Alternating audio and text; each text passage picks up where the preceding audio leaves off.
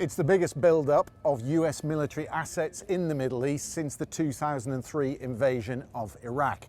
Are we on the brink of war, or can the United States and Iran find common ground on their nuclear negotiation here in Geneva and everything that Donald Trump has attached to it? I've been looking at the military capability the US has deployed to the Middle East and the threat that it might face. The Iranian regime may be much weakened, but it can still pack quite a punch. Stay with us. This is the Security Brief.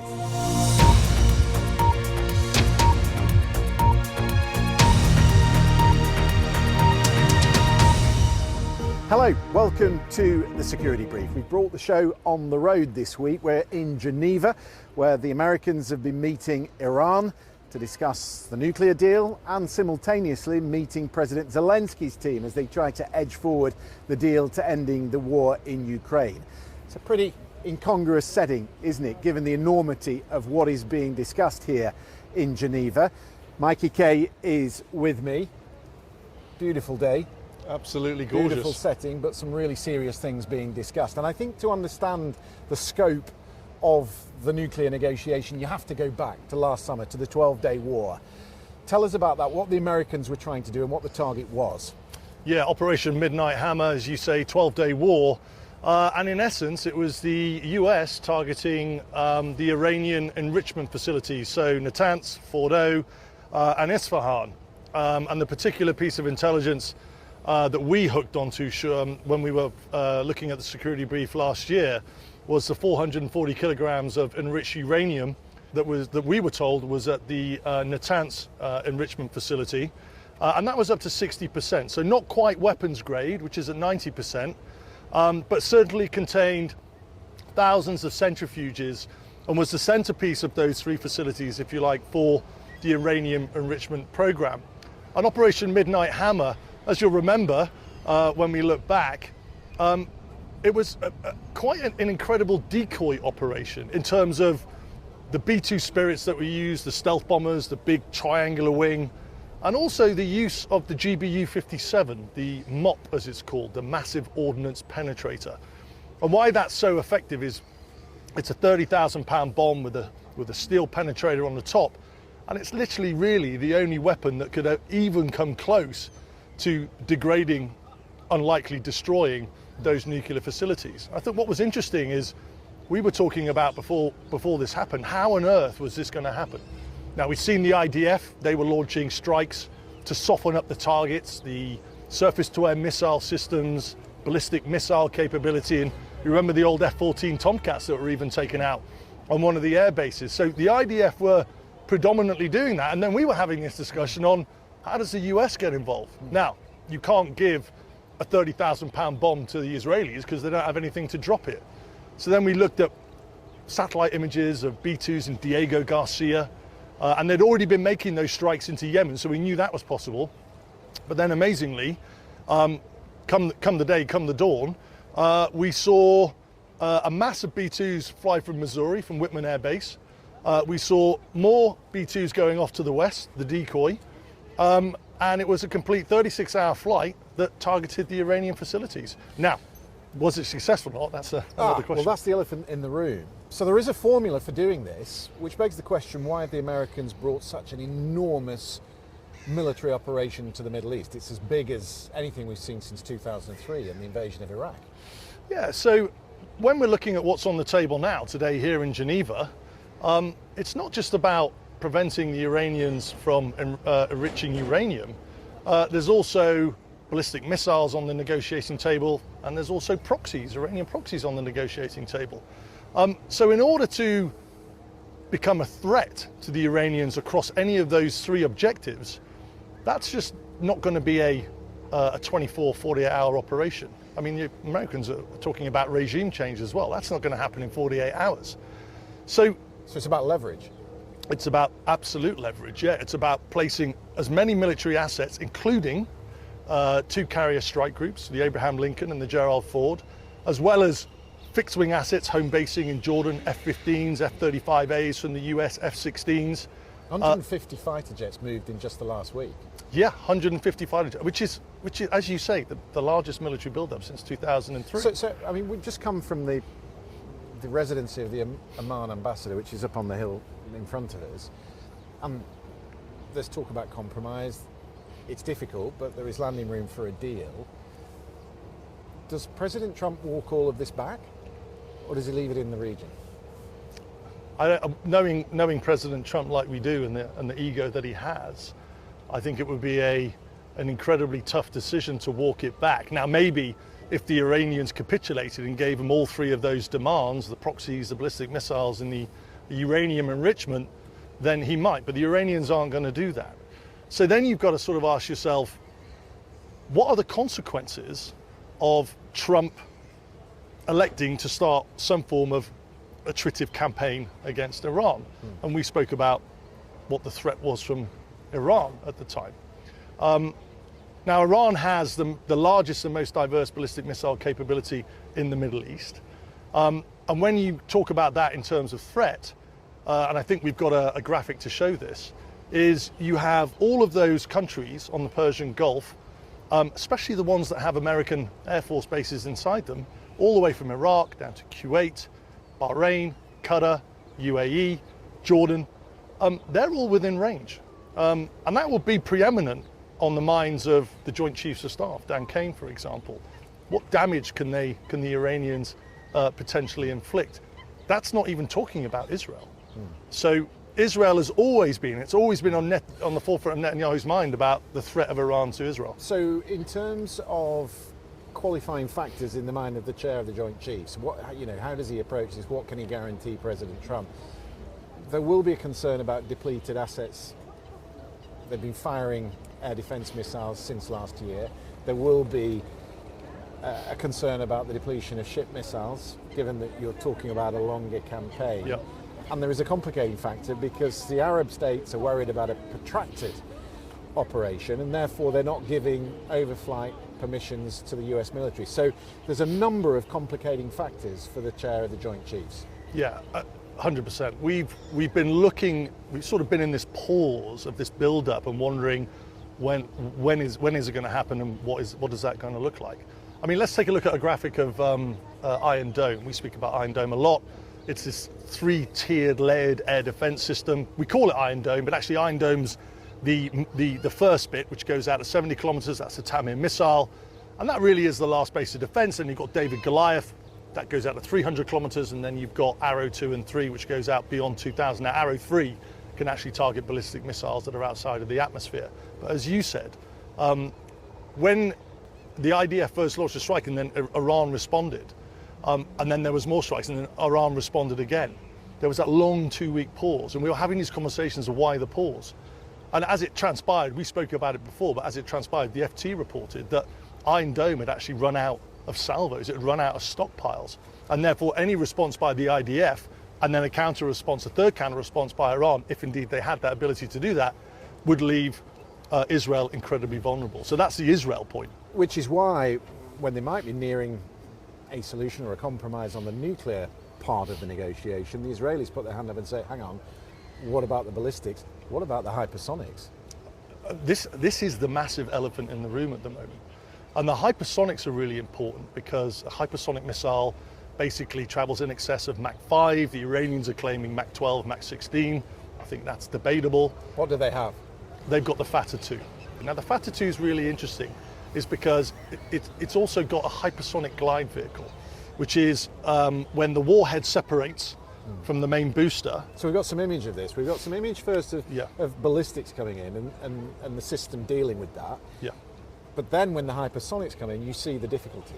You see the difficulty not just in speed, but also the ability for the warhead to be able to maneuver in flight. Now, a normal ballistic missile has a parabolic trajectory, so it makes it easier to target. You know where it's going to be at a certain point in space at a certain time. You can't do that with the hypersonics. So right now, not even the Americans have a fully operational capability that could 100% deter against a hypersonic glide vehicle. But why that's so important is because those missiles are a threat to the carriers. Any form of damage, it doesn't have to be like the Ayatollah claims, sinking it to the bottom of the sea, but any form of damage on any of those two carriers would be a strategic failure and take them out of the game for quite some time. And that's without talking about the volume of drones that Iran and Russia produce. Absolutely. I mean, we're talking about ballistics, we're talking about hypersonics, but the Iranian strategy will be where the air defense systems are, as you said, the SM-2, SM-3, SM-6, they're a layered defense systems that operates off the cruisers and the destroyers, those ships that are around the carrier. But if you can fire 400 drones a day, the Shahed 136s, which don't have a significant warhead on them, it's about 50 kilograms, and they go 120 miles an hour. So they're not difficult to take out, but you can't take out something if you've got no ammunition left. It's important detail this, because we talk repeatedly about the weakness of the regime, which is true, the weakness of the proxies, the internal divisions within Iran, but it's really important to talk up the risks and the threats that the National Security Council in Washington will be looking at, and the lack of assurance they can give to the president, because all that is factoring into the decision whether they accept what the Iranians bring back to the table. And we talked at the outset about this being of a scale that we saw in 2003 with the invasion of Iraq, but Iran is 3 times bigger. It is 3 times bigger, and that's a significant worry. And if I was the Joint Chiefs, it would be probably one of the number one considerations on my mind. Now, you've got to look really here at the end state. We speak about end states. Dan Kane, the Joint Chiefs, he'll be looking to try and develop with his strategic military planners what the military end state will be, but he needs the political end state in order for that to cascade out. What that looks like, only Trump knows. But we talk about, the Maduro operation, taking the head off the snake. Is that a potential operation targeting the Ayatollah and high-value targets inside the IRGC? Is it all about the enrichment of uranium? Or, as we've seen rhetoric from Rubio, Hegseth, J.D. Vance, is it about regime change? And if it is about regime change, to what level of regime change are we talking about? And as you know, there are some massive lessons that we've learned from Iraq on that. Well, there aren't any very good examples of regime change in that area. You talk about Syria, Yemen, Libya, Iraq, you could go on. I mean, the American record on that is not particularly strong. In terms of the proxies, what is the current strength or otherwise of the proxies?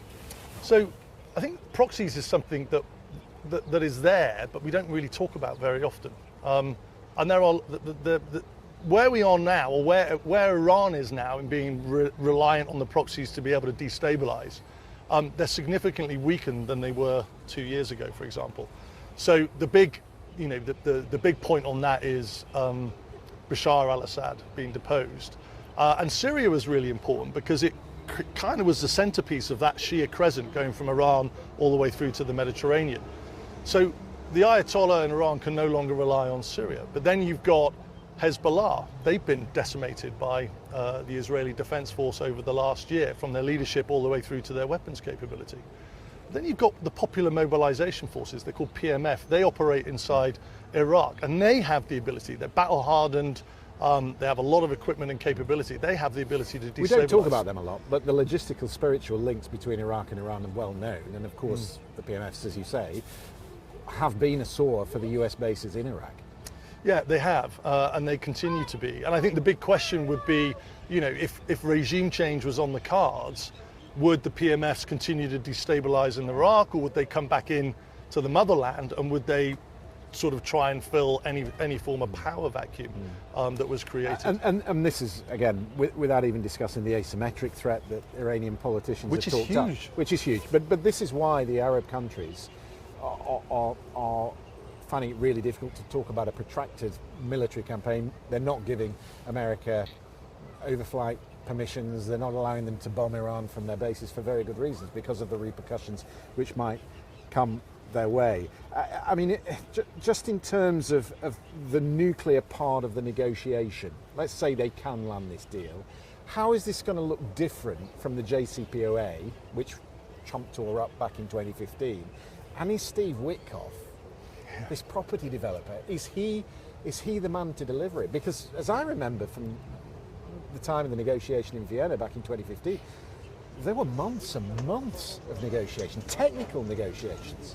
Yeah, JCPOA, that took around 20 months to negotiate. And the deal there was enrichment up to 3.67%, which is significantly lower than 60 and 90, which is weapons grade, but also the destruction of 98% of Iran's enriched uranium stocks. So they were the two key elements with a 15-year clause on it.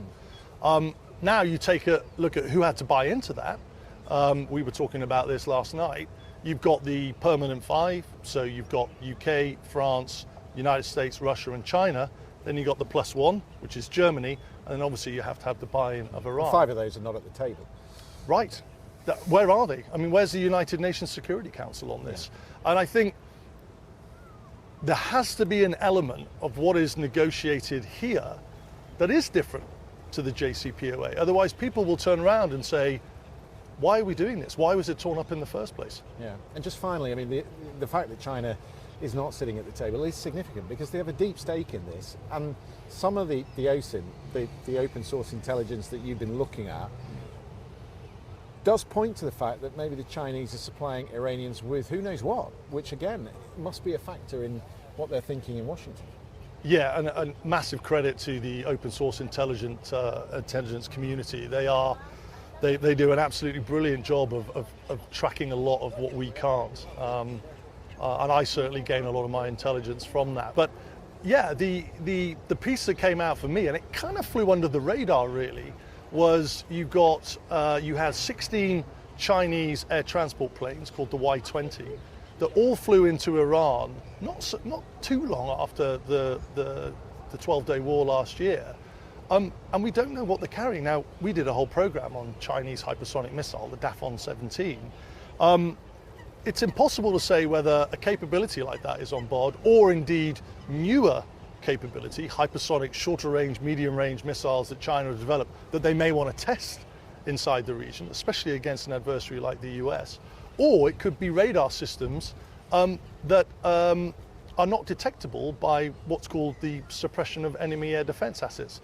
Got to bear in mind, we've just seen 11 F-22 Raptors arrive at an airbase in southern Israel, coming out of Lakenheath in the UK, and there's a further 13 joining them to make 24. They are the centerpiece of suppression enemy air defense. And if you've got Iranian systems that are coming from China that are not as susceptible like they were in Venezuela. And there's a good reason why the Chinese would want to play in this field, because there's an enormous military development program in China. The Americans are there, they would want to test their capability. So no great surprise that they might lend stuff to Iran. No, I don't think there should be any surprises. I mean, we saw North Korea, China and Russia at the Russian parade last year. So that triumvirate is definitely gaining strength. Iran's obviously a part of that. There are reasons, aren't there, why both sides actually would want to step away from a protracted conflict. It's existential for the Iranians. With the midterms around the corner for Donald Trump, it's politically unseemly to get involved in a long-running conflict in the Middle East. Mikey, really good to talk to you. I mean, we're recording this before all of this concludes here in Geneva, but I would hesitate to say that it will go on a lot longer than this week, and especially given the military build-up in the region that we have just talked about. So an awful lot more to come on this story. We'll continue to follow it, but that's it for this edition. Thanks very much for watching The Security Brief.